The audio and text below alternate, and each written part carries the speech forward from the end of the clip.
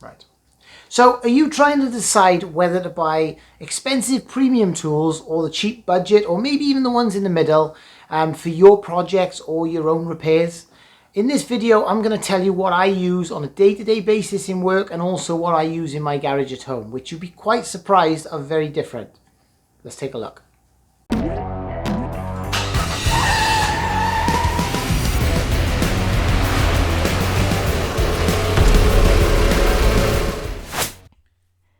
And if you get value from this video, hit the like button and subscribe to support this channel.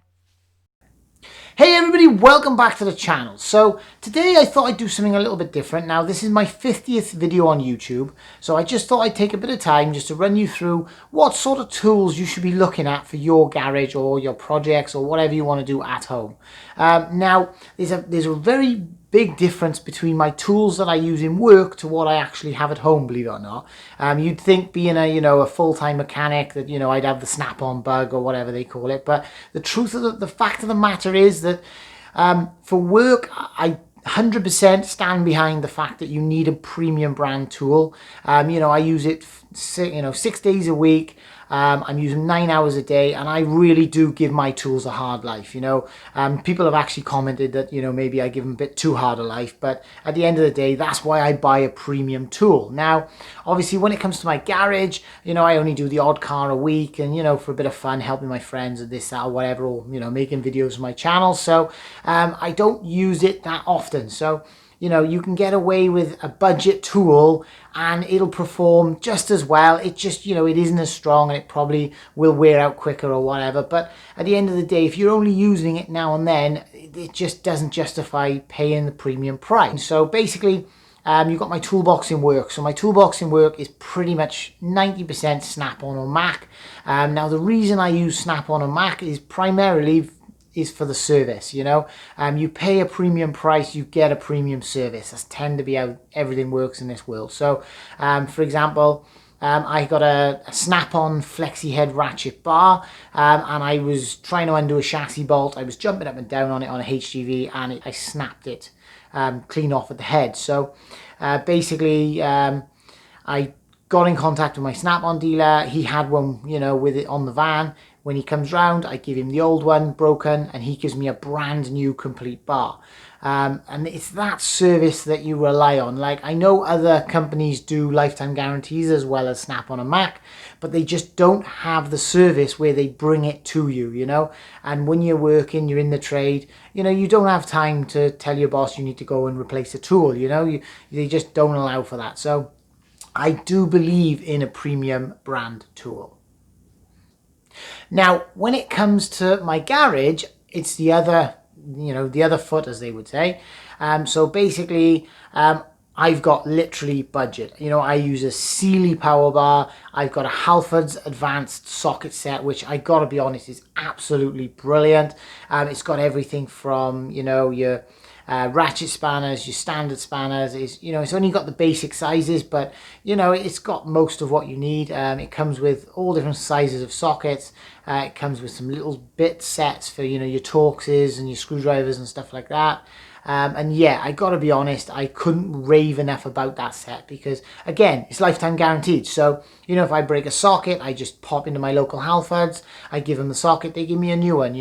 But with my garage at home, or when I'm doing my videos or whatever, I'm never that much in a rush to replace a tool. I can cope without my tools for a few days. So that's why I tend to go more that way, because there's no desperate rush to have that tool, or there's, at the end of the day, your job's your job. And, when you're doing this as a trade, you need that, that kind of service that keeps that tool in your hand and keeps you working. So that's mainly the difference. So I'll just show you a couple of the differences. So the first thing I want to show you guys is I'm going to show you my Snap-on work 1/2-inch bar compared to my workshop one, which you'll probably see in my videos that I use this bar quite often, and it's good enough for what it is. So as you can see, my Snap-on bar has had a little bit of a pounding, and like you say, I jump up and down on this bar on a daily basis. It is a fantastic bar, but the same with the Sealy one. And you'll also see with the Sealy one that I use, which, to be honest, I say Sealy, but most brands are a very, very similar bar. They tend to be a bit of a generic.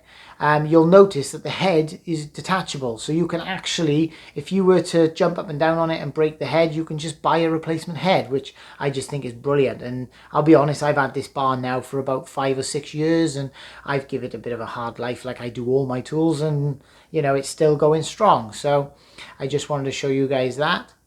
And also, like you can see, I've got a set of water pump pliers. Now, obviously, these are really, really handy for all sorts of things, you know, especially when you're trying to undo big nuts and stuff that are in an awkward place.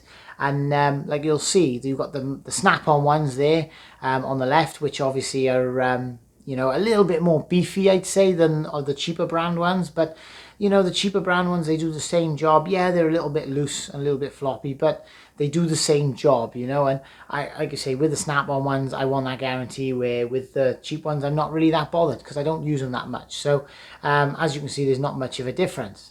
Now, when it comes to sockets, I gotta be honest with you, in my honest opinion, you are paying for the warranty. Snap-on and Mac do say that theirs are, you know, anti-slip and this, that and everything, and you know, they put little grooves and ridges to say that they grip better and they're less likely to round a bolt. But in my honest opinion, you know, if you get a rotten bolt, it's gonna round whether you like it or not, you know.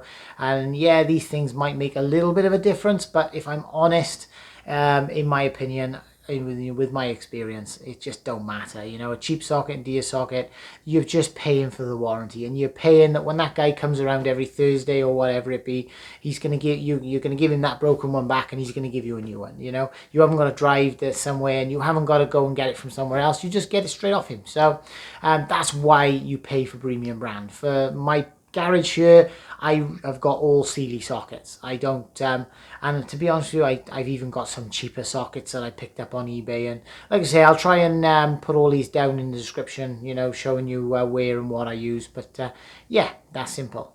So basically, as a bit of a conclusion, like I say, I do believe in premium tools, but I believe that you only need premium tools in the right application. Like you say, if you're a full-time mechanic, you know, I don't believe in apprentices going out and buying stupid amount of expensive tools, because you know, you lose tools, you break tools, you know, you practice, you learn, and I don't think it's a wise choice to go in, especially when you're young and you're apprentice. You know, you don't know if you're going to stick it, you don't know if this is going to be the career for you. So I think anybody needs to give it a good chance. And you know, I think buying premium tools is only really for people who are, you know, been in the trade and they know their tools and they want reliability and they want that, you know, that guarantee and that service. Then I completely understand, and I would, you know, argue that it is the best way to go.